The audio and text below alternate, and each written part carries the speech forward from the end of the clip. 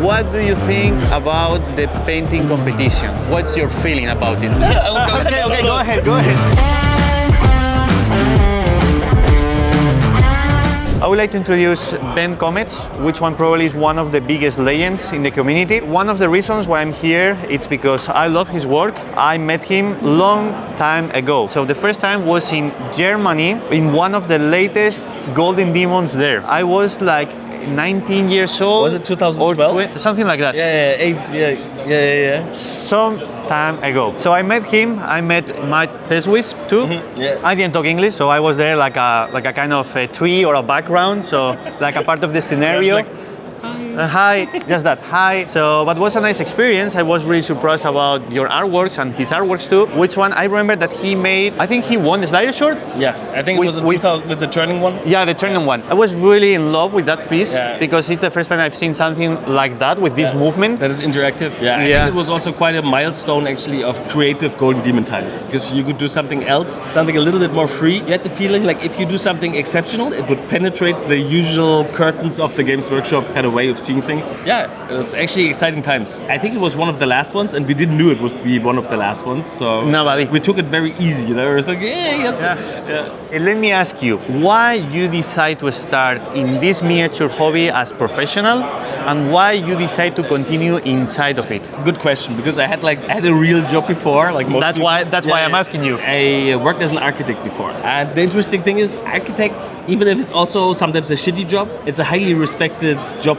in the community. You know, people are like, oh, architect, oh, nice. If you tell them, hey, I'm a miniature painter, people are just like, what? What do you do? Do you toys? And for me, like, the switch came actually with painting Buddha. Michael asked me, and basically he hired me from the architect's office. He was like, hey, how much do you earn? I'll pay you the same. How much do you earn with commissions? I'll add that on top. Here's the job, 40 hours. I was like, oh, cool. And I thought, really, I would never, ever, because in Germany, it's like being self-employed is very complicated. All the taxes, health insurance, you know. With miniatures, it's always from gig to gig, and that gave me the opportunity to just try it out without the risk actually of like losing my nice lifestyle. So I tried that, and then when painting Buddha got down, I was like, do you want to go back? What is the thing that you want to talk about or think about every day? And for me, painting is really as natural as breathing. And I thought, like, okay, if I would think and could choose, and I am able to choose, I would choose this because it makes me happy on an everyday basis.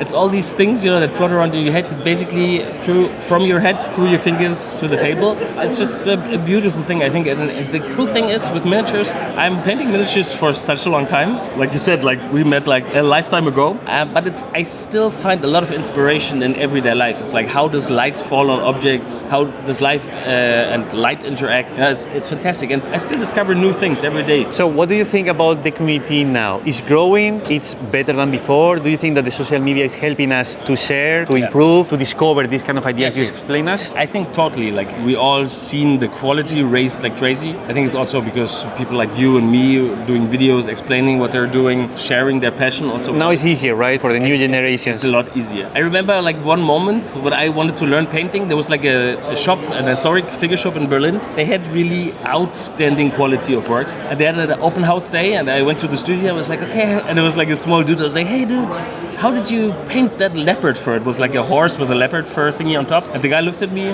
with paint and turns around and says nothing more. It's like, no. The moment I am a professional painter, I will always answer every single question, because we've all been there. You know, we've all been there wanting to learn more, and there is like a natural border. Like, either you don't have access to the information, but nowadays with YouTube, books, tutorials, PDFs, you can learn so much in such a short amount of time. So I think it definitely helped in the community grow like crazy. If you stay in this wonderful world for longer, you will see the community comes and goes and changes. So it's like recycling. Yeah, it is a bit repetitive. Okay. So let's say every 5 years you see the same stuff in a new quality again. So it could also be boring, but I think there's also something fascinating about it. So I think what you can learn today is so much easier than actually like we had to learn it like also the hard way. The problem now, the quality raised. So maybe it stayed the same difficulty level. You know what I mean? I don't know if the quality raised or appear different painting styles. Yeah. And looks like different ways to paint is like, oh, I have to update my style. I think not necessarily. I think the question of how many people are, let's say, intermediate or good painters or beginner painters. It used to be like that. You have a lot of beginner painters and very few very good ones, and just a little very thin layer of intermediate ones. Yeah. And now I think you have a very thick layer of very good intermediate artists. Broader, but not as thin as before, but a top layer of very good artists. So I think people are really pushing themselves to get in the good medium level, but then it's very hard to actually break up from there because the medium level got so good. I'm talking about the styles. How do you feel about my own painting style? Because you're completely opposite of me. So you're painting with wet blending, right? Yeah, a lot of wet blending. Yeah. No? Do you want to describe more or less how you paint before to talk about this? I don't know. I don't really have a fixed setup. I know perfectly, but usually when we talk about this, you prefer to use like low blending, low brush blending. Yeah, exactly. I like loaded brush blending. I like wet blending. I like these fast blending techniques. Okay. Because it gives you a little bit more time to refine it actually with other techniques later. But you do a statement very fast with actually like setting the transition and setting the. But with your style, you get a really nice product and really nice miniature from the beginning. And in my case, for example, which when I paint with opaque or thick layering, you see everything at the beginning awful. So it's like it comes together. And there's suddenly that moment when everything comes together. You're like, whoa, look at that. I think for me, like your style is fantastic to watch, but it's very hard to explain actually because like you don't have sense for you, right? It's like why he's doing this. You have to know where to place like several highlights, midtone, and shadow. Exactly. If you know that perfectly fine, it makes absolutely sense what you're doing. You're saying, okay, and now this happens, and you can almost already see it before it's actually happening. But if you're not at that point where you have all that knowledge where these things are, I think it's very hard to actually recreate. And if you would try to recreate the same concept on a model that you haven't shown, it would be very hard for beginner painters. So I'm very dry from my teaching, like very German, it's like, I do this and that. I try to find rules and explain everything. I think for us the biggest difference is you love the addition of random colors to sparse. Well, it's not so random. But we could say like noise everywhere. I need to see something different everywhere. So like you say sparkle of colors or nuances or just noise, like texture. But yeah, you're right. And for me, it's like I'm always feeling like, okay, there's green. Where does the green come from? It's like I'm always searching for the logic of it. I love yours because you're so drawn into the piece and you like find something everywhere. It's like if I would have to explain your paint job in a video. Okay, go ahead.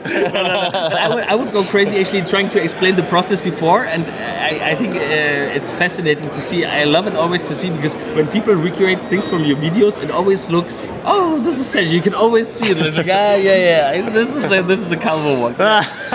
This is something that I heard several times. Like, hey, I've seen your monster, or I've seen your org. No, I didn't brought it. No. Okay, someone painted with your videos. It's the school. So I'm super proud about it. I'm so happy about it. Okay, so if I have to describe your style, it will be difficult for me because it's completely opposite, as I said, but I'm really fascinated how you could do just in a single brushstroke or more or less single brushstrokes this technical accuracy. Like you start in one point and you finish in the other one, and that area is completely finished. For me, it's something that I won't understand and I won't apply never because I need to paint layer by layer, building up everything. It's super fascinating for me because when I've seen students that they came to your hobby seminars or something like that, they show me the results and look similar as yours. It's like, okay, the teacher, you in that case, you are explaining perfectly your techniques. And as you said, probably my knowledge, how I apply on my models is so difficult when you're a beginner. But I think when you are in this intermediate level, it's really interesting because you will understand all these kind of ideas and will make the connection. So which one? Probably we need to combine our techniques in one moment. Combine the forces.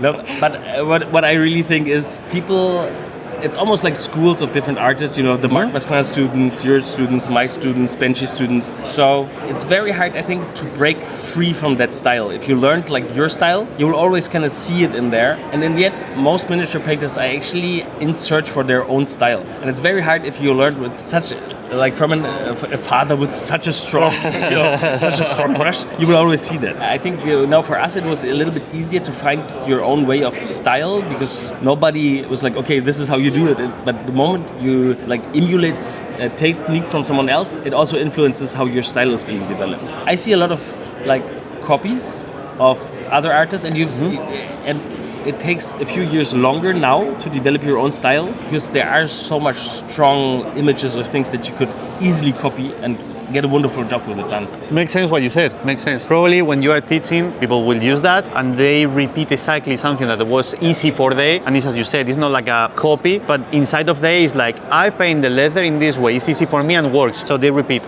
until the end. So maybe it's for my style, your style, and it's like I think a combination, but you can see the school where it came. Yeah. So I understand perfectly. Okay, let me ask you something different. Do you like 40K, right? Yeah. If you have to choose an army, which one will you choose? Good question. It's like, I think orcs. Orcs? Yeah. Oof, as me. Okay.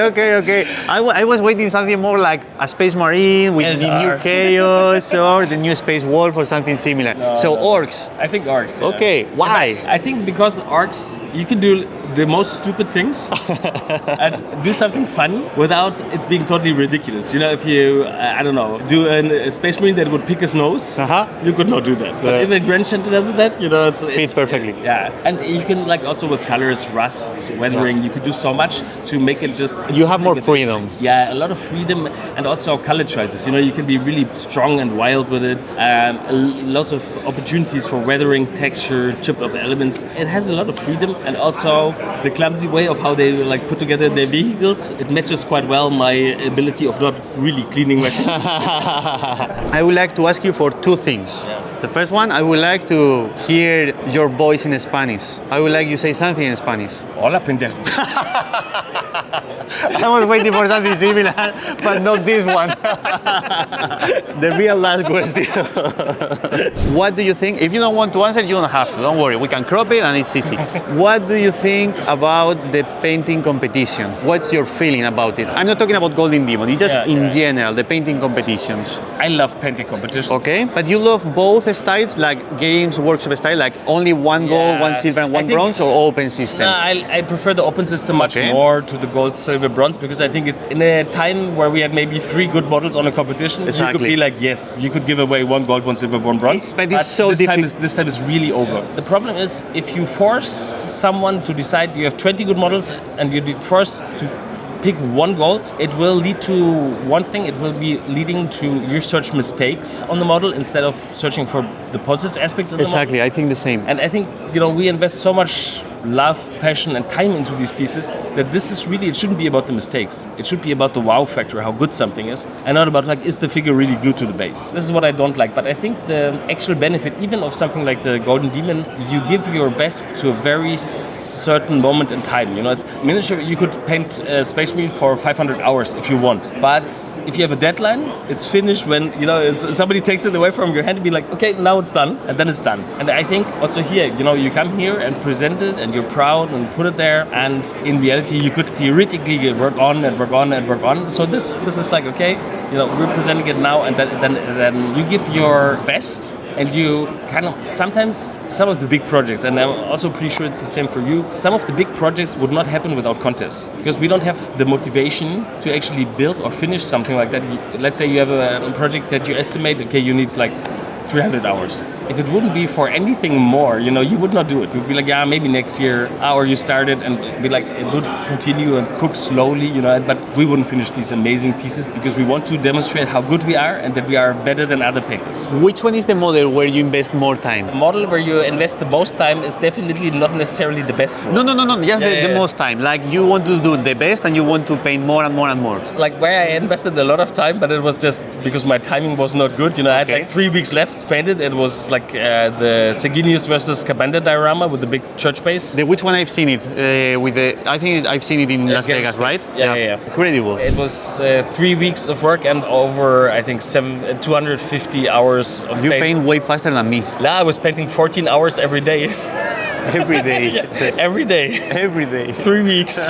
Like at the thing standing on the breakfast table, my wife was already like, super, you know, just a little bit here, a little bit there. Yeah, this was also like, without the contest deadline, I would have not done it at all. So I like that. But I don't think, I really personally believe that a good, like when you see a model, all the energy that the person who created it, in that time he created it, you can see it. It's almost like voodoo magic, you know? It's like if you're super frustrated, if barbecue, I don't know, miss the birthday of your son, or don't go to friends, don't go out to, I don't know, a barbecue, summer party or so, because you think like, oh, this is the most important thing in the world. All that little bit of frustration, all the back pain, it will all be readable in the model, and it will just lead to something dull that it's actually not beautiful to look at. So sometimes these projects that are done on a day can be so much more inspiring because you feel that positive light breeze of the piece. And this is what I'm trying with my colors in my models. Yeah. That's one of the reasons why you can see colors everywhere or these tonalities. Yeah. Because I love way more doing these kind of things to try to share my positivism. Yeah. Also with the color palette you can represent that kind of things. So that's one of the reasons why I use it. So when you say that, I don't know why you are using all those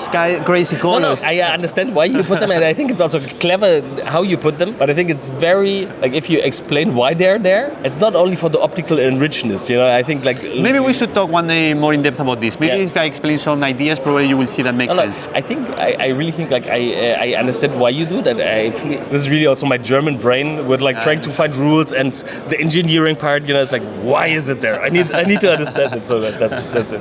And just the last question, something simple. I think I know the answer, but I would like to know if I'm right. If you have to choose a color, which one is your favorite? Because you're an artist, so probably for you it's a hard question. White, no. Really? No, just kidding.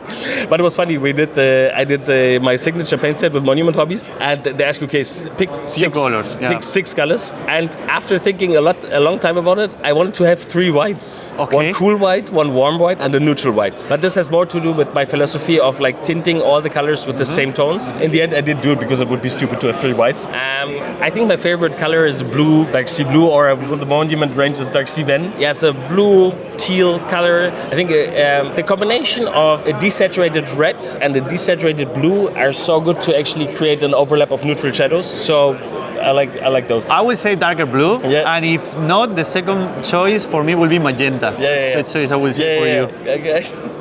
Yeah. If you want, I can show you the model. Yeah. Just open here, don't worry. Unbox. See the sculptor right away. Yeah, no, fantastic. This is a kind of minion. Yeah, the minion. Hello, really beautiful. Like I love the super small wrinkles. Also, it's like a lot of expression. A little grimmer than the other ones. Exactly. More ethical and more voodoo-like. A little bit more. I have one more voodoo that probably will be your favorite, and I would like to show you now with the picture. Yeah, I would love to see the pictures. So thank you very much, Ben, for all this. It was a really pleasure. It's a pleasure always see you, talk with you.